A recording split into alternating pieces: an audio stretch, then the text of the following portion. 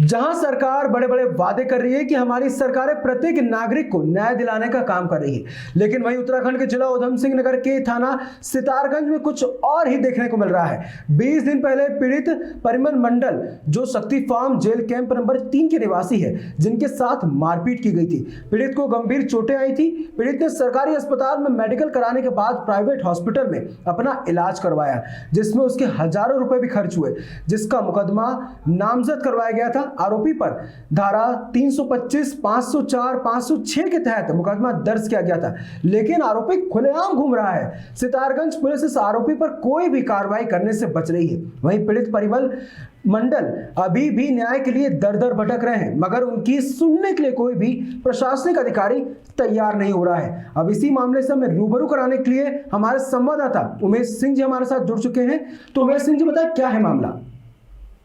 जी बिल्कुल बताना चाहेंगे। जो पीड़ित परिमल मंडल हैं, ये जो है एक कंपनी से काम करके रात्रि 8 बजे आ रहे थे, तो वहां पर मौजूद आरोपी बैठा हुआ था। तो ये भी कुछ सामान लेने के लिए दुकान पे चले गए, तो वहां पर इन लोगों की मामूली सी बात हुई। उन्होंने कहा कि आपके तो भाई फैक्ट्री में ठेकेदार हैं जी, तो उसको लेकर उन्होंने कहा कि आपके तो पैसे मिल जाएंगे, लेकिन हमारा पैसा अभी तक नहीं मिला। तो जिसको लेकर पीड़ित आरोपी का भाई जो है आग बबूला हो गया और मारपीट करने लगा। तो मामूली क्या उमेश जी, तो मामूली बात को लेकर पीड़ित के साथ इतनी गंभीर मारपीट की गई थी?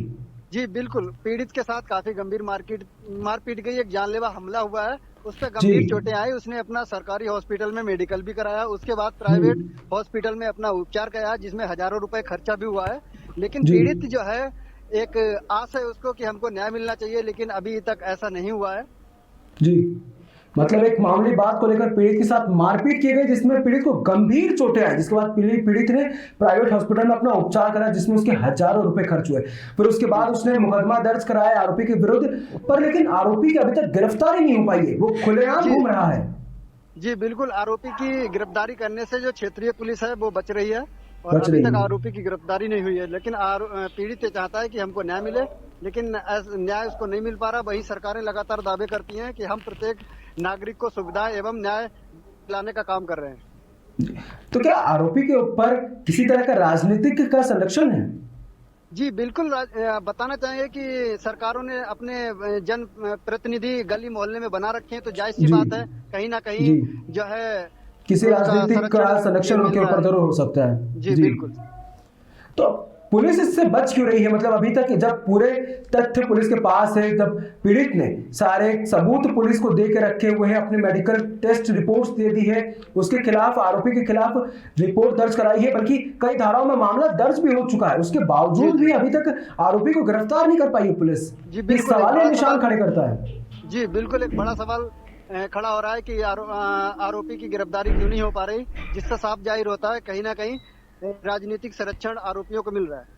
जी, राजनीतिक संरक्षण मिल रहा है। इससे जो पीड़ित है वो बेचारा दर दर भटक रहा है और अपने न्याय की गुहार लगा रहा है। उसकी सेहत के साथ खिलवाड़ हुआ, उसे मारा पीटा गया है, उसे हॉस्पिटल में भर्ती रहा जहां उसका हजारों रुपए खर्च हुए। उसके बावजूद जब वो पुलिस के पास पहुंचा न्याय की गुहार लगाने के लिए, मगर अभी तक आरोपी की गिरफ्तारी नहीं हो पाई है। ये कहीं ना कहीं प्रशासन के ऊपर सवाल या निशान खड़े करता है कि एक आरोपी जिसने इतने बड़े घटना को अंजाम दिया और वो खुलेआम घूम रहा है। उमेश जी, इसमें आगे कोई बड़े अधिकारी का कोई बयान सामने आया है? जी बिल्कुल, कोई भी बयान सामने नहीं आया। हमने क्षेत्रीय पुलिस से बात की तो उन्होंने कहा कि हाँ, जांच चल रही है और आगे कार्रवाई की जाएगी। लेकिन 20 दिन गुजरने के बाद, मुकदमा दर्ज होने के बाद, और आरोपी पूर्ण रूप से साक्ष्य भी पेश कर रहा है, अपनी मेडिकल रिपोर्ट पेश कर रहा है, जो उसने इलाज कराया हॉस्पिटल में, उसके बिल पेश कर रहा है और सारे कागजात पेश कर रहा है और वो बयान भी दे रहा है। उसके बाद भी जो है क्षेत्रीय पुलिस अपना पल्ला झाड़ते नजर आ रही है। तो जैसा कि उमेश जी बता रहे हैं कि आरोपी पीड़ित बार बार पुलिस को सब बयान दे रहा है, अपने कागजात बता रहा है और न्याय की गुहार लगा रहा है, लेकिन उसके बावजूद भी पुलिस हाथ पे हाथ धरे बैठी है और उस आरोपी को गिरफ्तार नहीं कर रही है। अब इस मामले में हमें जानकारी देने के लिए उमेश जी आपका बहुत बहुत धन्यवाद। हम इस मामले पे अपनी नजर बनाए बैठे हैं, इसमें और भी अधिक जानकारी के लिए हम आपसे फिर जुड़ेंगे। उमेश जी धन्यवाद। वहीं अब इसी मुद्दे से हम पीड़ित जो हैं परिमल मंडल जी, उनसे बात करेंगे और उनसे जानेंगे कि आखिर ये घटना कैसे हुई और उन्हें न्याय नहीं मिल रहा तो वो कहाँ कहाँ अपने न्याय के लिए भटक रहे हैं। तो परिमल मंडल जी हमें बताइए और हमारे दर्शकों को बताइए कि आखिर ये घटना कैसे हुई। हमने सर पैसा मांगा था जी उससे, वो मारना शुरू कर दिया, नाक मार के कौन? नाक की हड्डियां तोड़ दिया।